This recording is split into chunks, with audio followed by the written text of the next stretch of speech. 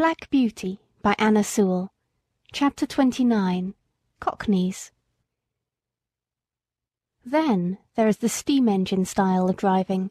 These drivers were mostly people from towns, who never had a horse of their own and generally travelled by rail. They always seemed to think that a horse was something like a steam engine, only smaller.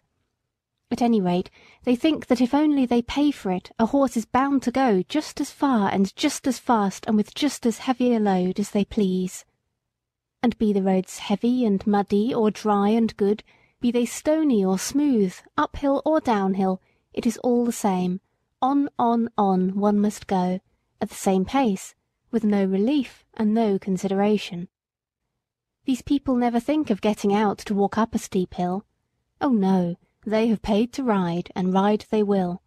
The horse? Oh, he's used to it. What were horses made for, if not to drag people uphill? Walk, a good joke indeed. And so the whip is plied, and the rein is chucked, and often a rough, scolding voice cries out, "Go along, you lazy beast!" And then another slash of the whip, when all the time we are doing our very best to get along, uncomplaining and obedient, though often sorely harassed and downhearted. This steam engine style of driving wears us up faster than any other kind. I would far rather go 20 miles with a good considerate driver than I would go 10 with some of these. It would take less out of me. Another thing, they scarcely ever put on the brake, however steep the downhill may be, and thus bad accidents sometimes happen, or if they do put it on, they often forget to take it off at the bottom of the hill, and more than once I have had to pull halfway up the next hill, with one of the wheels held by the brake, before my driver chose to think about it, and that is a terrible strain on a horse. Then these Cockneys, instead of starting at an easy pace, as a gentleman would do, generally set off at full speed from the very stable yard, and when they want to stop, they first whip us, then pull up so suddenly that we are nearly thrown on our haunches, and our mouths jagged with the bit. They call that pulling up with a dash, and when they turn a corner, they do it as sharply as if there were no right side or wrong side of the road. I well remember one spring evening I and Rory had been out for the day. Rory was the horse that mostly went with me when a pair was ordered, and a good honest fellow he was. We had our own driver, and as he was always considerate and gentle with us, we had a very pleasant day. We were coming home at a good smart pace about twilight. Our road turned sharp to the left, but as we were close to the hedge on our own side, and there was plenty of room to pass, our driver did not pull us in. As we neared the corner, I heard a horse and 2 wheels coming rapidly down the hill toward us. The hedge was high, and I could see nothing, but the next moment we were upon each other. Happily for me, I was on the side next the hedge. Rory was on the left side of the pole, and had not even a shaft to protect him. The man who was driving was making straight for the corner, and when he came in sight of us he had no time to pull over to his own side. The whole shock came upon Rory. The gig shaft ran right into the chest, making him stagger back with a cry that I shall never forget. The other horse was thrown upon his haunches, and one shaft broken.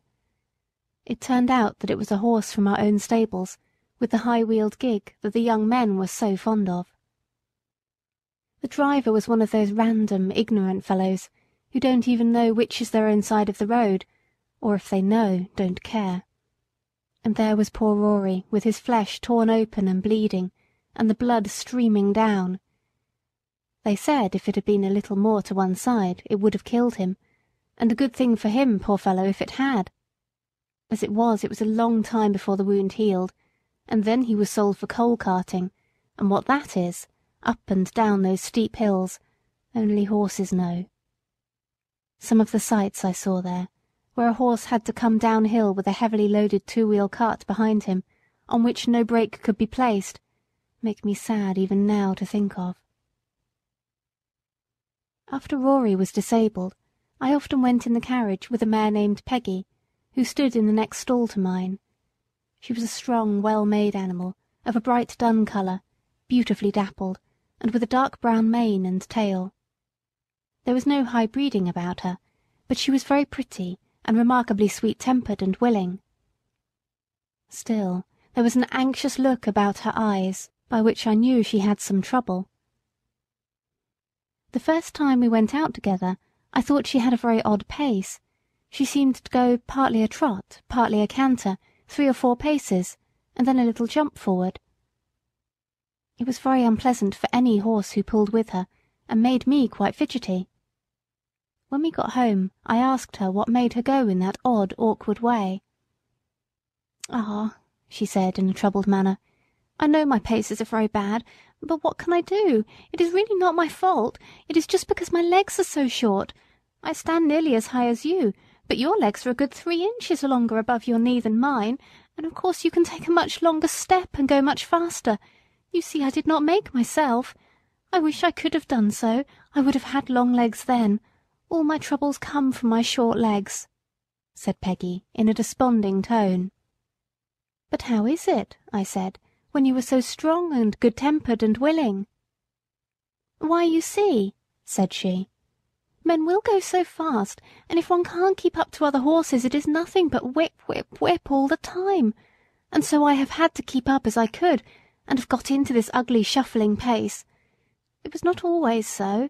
When I lived with my first master I always went a good regular trot, but then he was not in such a hurry. He was a young clergyman in the country, and a good kind master he was. He had 2 churches, a good way apart, and a great deal of work, but he never scolded or whipped me for not going faster. He was very fond of me. I only wish I was with him now, but he had to leave and go to a large town, and then I was sold to a farmer. Some farmers, you know, are capital masters, but I think this one was a low sort of man. He cared nothing about good horses or good driving. He only cared for going fast. I went as fast as I could, but that would not do, and he was always whipping, so I got into this way of making a spring forward to keep up. On market nights he used to stay very late at the inn, and then drive home at a gallop. One dark night he was galloping home as usual, when all of a sudden the wheel came against some great heavy thing in the road, and turned the gig over in a minute. He was thrown out and his arm broken, and some of his ribs, I think. At any rate, it was the end of my living with him, and I was not sorry. But you see, it will be the same everywhere for me, if men must go so fast. I wish my legs were longer." Poor Peggy! I was very sorry for her, and I could not comfort her, for I knew how hard it was upon slow-paced horses to be put with fast ones. All the whipping comes to their share, and they can't help it. She was often used in a phaeton, and was very much liked by some of the ladies, because she was so gentle, and some time after this she was sold to 2 ladies who drove themselves, and wanted a safe, good horse. I met her several times out in the country, going a good steady pace, and looking as gay and contented as a horse could be. I was very glad to see her, for she deserved a good place. After she left us, another horse came in her stead. He was young, and had a bad name for shying and starting, by which he had lost a good place. I asked him what made him shy. "Well, I hardly know," he said. "I was timid when I was young, and was a good deal frightened several times, and if I saw anything strange I used to turn and look at it. You see, with our blinkers, one can't see or understand what a thing is unless one looks round, and then my master always gave me a whipping, which of course made me start on, and did not make me less afraid. I think if he would have let me just look at things quietly, and see that there was nothing to hurt me, it would have been all right, and I should have got used to them. One day an old gentleman was riding with him, and a large piece of white paper or rag blew across just on one side of me. I shied and started forward. My master, as usual, whipped me smartly, but the old man cried out, "You're wrong! You're wrong! You should never whip a horse for shying. He shies because he is frightened, and you only frighten him more and make the habit worse. So I suppose all men don't do so. I am sure I don't want to shy for the sake of it, but how should one know what is dangerous and what is not, if one is never allowed to get used to anything? I am never afraid of what I know. Now, I was brought up on a park where there were deer. Of course I knew them as well as I did a sheep or a cow, but they are not common, and I know many sensible horses who are frightened at them, and who kick up quite a shindy before they will pass a paddock where there are deer. I knew what my companion said was true, and I wished that every young horse had as good masters as Farmer Grey and Squire Gordon. Of course, we sometimes come in for good driving here. I remember one morning I was put into the light gig and taken to a house in Pulteney Street.